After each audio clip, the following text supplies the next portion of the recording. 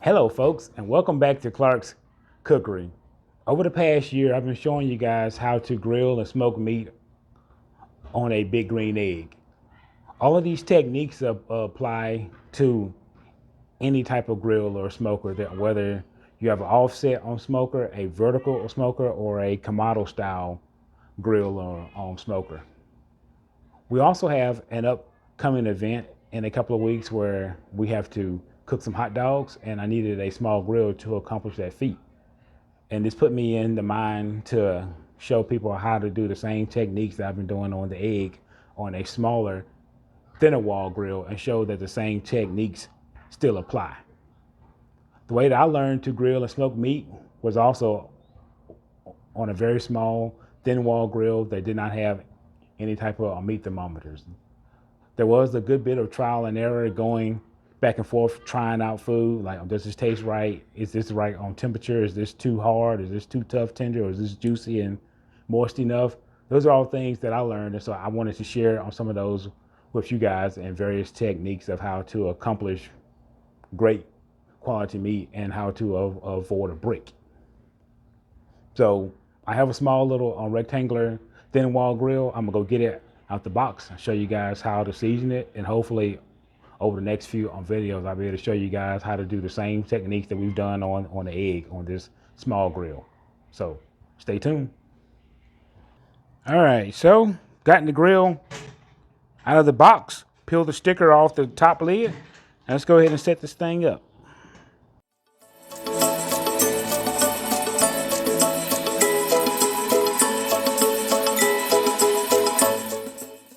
All right, so we have the grill there set up. Let's go ahead and lift the top.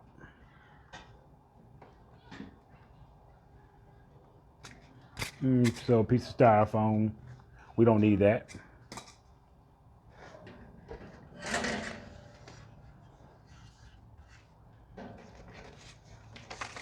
Some instructions. A little ashtray to catch some of the charcoal. Our rack. And that's it. As you guys can see, let me get a better angle for you. You have your dampers that you can slide and adjust.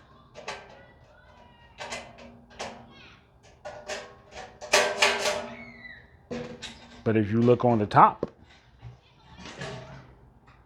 there's no meat thermometers. Doesn't matter. We know how to check our meat temp. So let's go ahead and get this thing seasoned. Stay tuned. All right, folks, let's go ahead and get this grill there seasoned.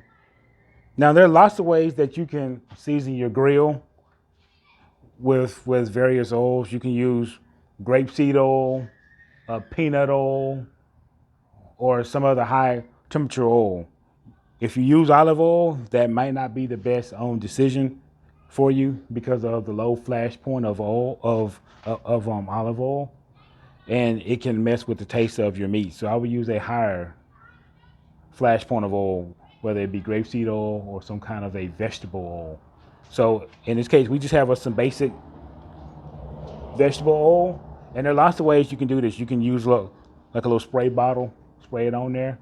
Hey, if you're first starting out, you don't have a lot of your tools yet, just use a paper towel and some oil. So just dip this towel in here. I'm gonna just wipe it. Now you can do it on your grates. I'm gonna do it on everything. You don't have to. And it don't have to be much, just a light little wipe over it.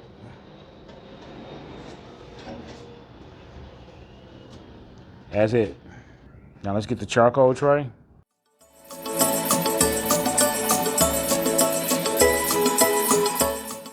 Now the actual most important part, make sure that your rack is dry.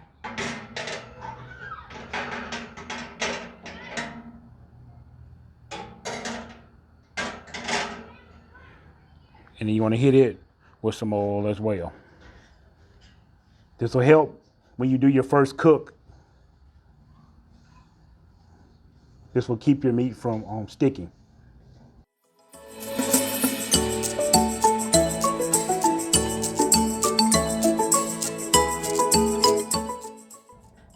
All right.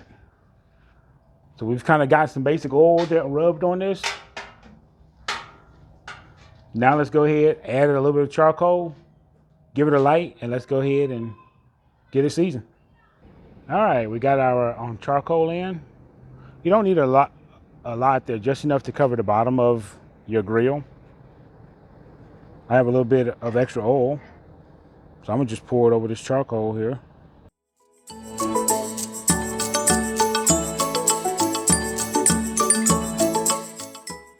All right, let's get it lit. All right, so we got that grill there nice and hot, lit. And we open up the dampers on the bottom. Let's open up the damper on the top all the way. And so we'll let this burn a little bit and get it nice and hot. And then we'll drop the top and do everything and just let it all get nice and cooked. So don't be afraid to have a roaring flame. That's okay, because we want to just try to cook off anything that was left on from when the grill was manufactured, and we want to make sure that there's nothing that can cause a stick. So don't be too afraid to have a nice high flame. All right, it's still ashing over. It's been about 15 to 20 minutes, still going strong. So we'll let it ash over a little bit more, and then we'll drop the top and let it go from here. But let me just show you guys how it's actually looking inside of the grill. As you can see, I don't have a lot of charcoal in there. It's gonna take a little bit for it all to ash over, and that's fine, we have time. This is a step that you can't skip if you really wanna have your stuff right. All right, sorry about that. We had a little interruption. As you guys can see, there's not a lot of charcoal in here, but you really don't need a lot. Just enough to cover the bottom, let it go a little while there longer, start to ash, and then we'll drop the top. Check back with us then. All right, this isn't completely ashed over, but this will be good enough for us to drop the top and let it start to cook everything inside.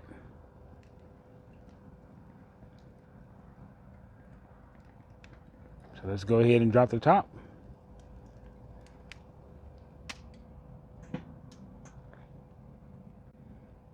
We'll even shut the little lock. Dampers open at the front. The back's open. Top damper's open. All right, it's been a little more than a half hour. So let's open this up and see how it looks. We'll slowly start letting in oxygen.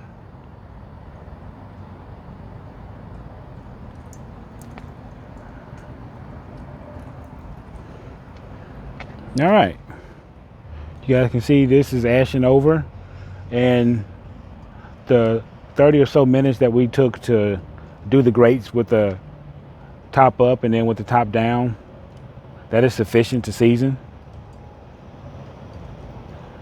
And that's your first step there when you get your grill. Set it up, take a oil, vegetable oil or grapeseed oil or something that has a very high flash point. Wipe everything down, light it, let it burn with the top open for a few minutes, drop the top, let it continue for maybe another 15 to 30 minutes there, just depending on how big that your grill is. And that's it. Hope you guys enjoyed it and learned something. See you next time.